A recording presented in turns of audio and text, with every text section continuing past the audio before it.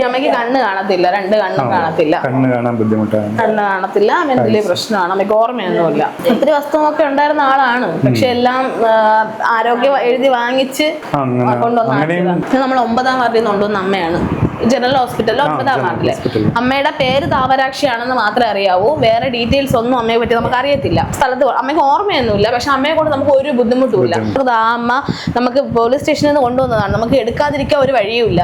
ഈ പഞ്ചായത്തിൽ നിന്ന് പോലീസ് സ്റ്റേഷനിൽ നിന്നൊക്കെ കൊണ്ടുവരുന്ന അമ്മമാരാണ് കൂടുതലായിട്ടുള്ളത്. അതായത് ആരും ഇല്ലാത്ത അമ്മമാരുണ്ടല്ലോ, ആരും ഇല്ലാത്ത അമ്മമാര് ചിലര് ബന്ധുക്കളൊക്കെ ഉപേക്ഷിച്ചിട്ട് വീട്ടിൽ തനിച്ചായിരിക്കും താമസിക്കും. ഒരു അടുത്ത ദിവസമൊക്കെ ആകുമ്പോൾ ഇവർ നല്ല വയലന്റ് ആവും. 100 രൂപ വരെ ഓരോ മാസവും നമ്മൾ അക്കൗണ്ടിൽ ഇട്ട് തരുന്ന ആൾക്കാരുണ്ട്.